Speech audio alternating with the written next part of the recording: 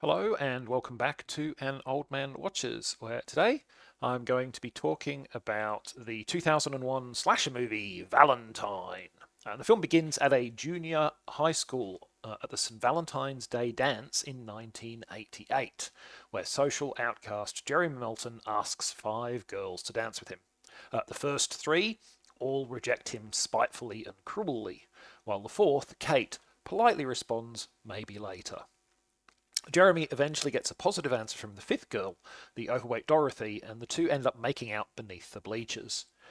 However, when the school bully and his pals discover them, Dorothy falsely claims Jeremy sexually assaulted her. The bully and his pals publicly strip and severely beat Jeremy. The only one punished for these events is Jeremy himself. Those first three mean girls all testify against him for unwanted sexual advances, and he ends up in reform school and juvenile hall, and ultimately a mental institution. 13 days later, in 2001, the bully and his pals have all died in unknown circumstances. When one of the five girls, the first Jeremy asked to dance, ends up murdered as well, the other four are contacted by the police. At first, they're sad about the death, but see no connection to themselves. The dead woman had moved away for college and they didn't have much contact.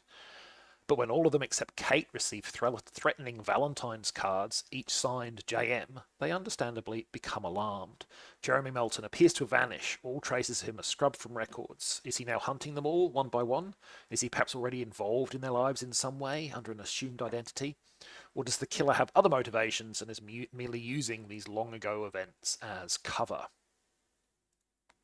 So Valentine is nominally based on a novel of the same name, but it appears to be one of those films that went through considerable adaptation churn in its journey to the screen, leading to a movie that has a very different plot and tone to the original source material. The film was a critical failure, drawing criticism for being formulaic throwback to 80s slashers, only without the gratuitous nudity for which those films were notorious. Even director Jamie Blanks later would say of the film, "A lot of people give me grief for that, but we did our best," which is hardly a ringing endorsement. And this is one of those times where I find myself agreeing with the majority. Valentine is not a good film. So let's dig into its chocolate box of failings, shall we? And the simplest example of this is that on several occasions, the detective investigating the murders mentions facts that he could not know unless one of the other cast members had first told them to him. But we've not seen anyone do that. Now, yes, this can just be explained as, well, I guess someone told him off screen, but that's pretty sloppy story structure in a film that's trying to be at least something of a mystery. Would it really have been so hard to include dialogue to the end of, "Your friend told me that," as a preface to the statements? But then perhaps the exclusion of the preface was intentional. It could be that his access to unexplained knowledge is a subtle hint that the cop is actually secretly the killer, or it could be a sly trick to mislead the audience into thinking he's secretly the killer. But honestly, neither of those explanations hold water for me for the simple fact that nothing else about the script shows the subtlety that that would require. If the film was intentionally trying to make these moments a hint the cop might be a killer, then based on the rest of the movie, we'd have some very overt, "Hey, is it weird that the cop knew that thing?" dialogue to point it out. I think the most likely explanation is that this is caused either by structural flaws in the script, it got several rewrites, and it's possible that scenes establishing the cop's knowledge were cut, or a bad editing job when they cut the scenes, presumably for pace. Either way, I found this quite distracting while watching the film. How does he know that? How does he know that? How does he know that? Speaking of the detective, he's also rather creepy in his sexual fixation on the women in the case. Again, in a smarter film, this might be a hint that he could be the killer, but that theory is torpedoed by the simple fact that every single male character in this movie is in one way or another a creepy scumbag of some kind. Probably this is an attempt to create as many suspects as possible, but it's a very lazy and off-putting way to do it. This also ties into another aspect of the film where it's not clear what the script is trying to do. Is it trying to be a postmodern slasher by deliberately making the killer's motivation be about women who weren't sexually available? Or is it just an accident that the film represents a different kind of toxic masculinity? That seems more likely to me, as little suggests that this script is smart enough to be deliberate commentary. And if it is attempting to be commentary, it's not doing so very effectively, in my mind.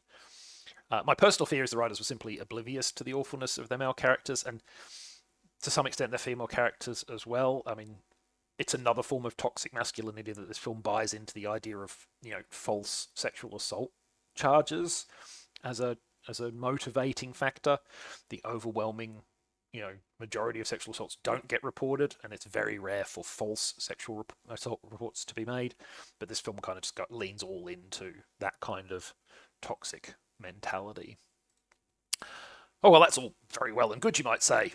I don't care about that stuff. What about the kills? If a slasher movie has good kills, much can be forgiven.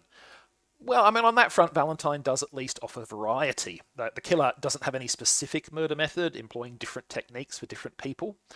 In a better written film, there's that phrase again, these methods would all have some correlation to previous events. This happened with this person, so I'm going to kill them in this way that calls back to that.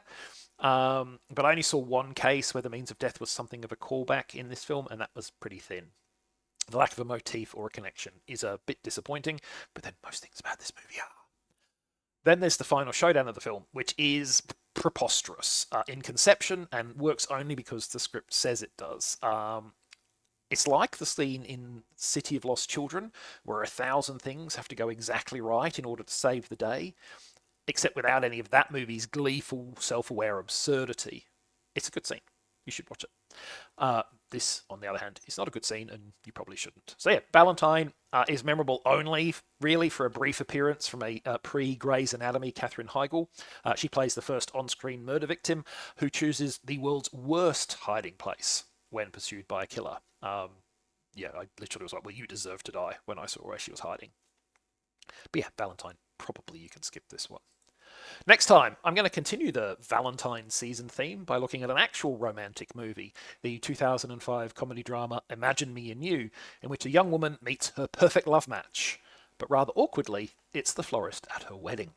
But that is next time. Until then, thanks for watching. I hope you've enjoyed it. And if you've seen Valentine, let me know what you thought of it.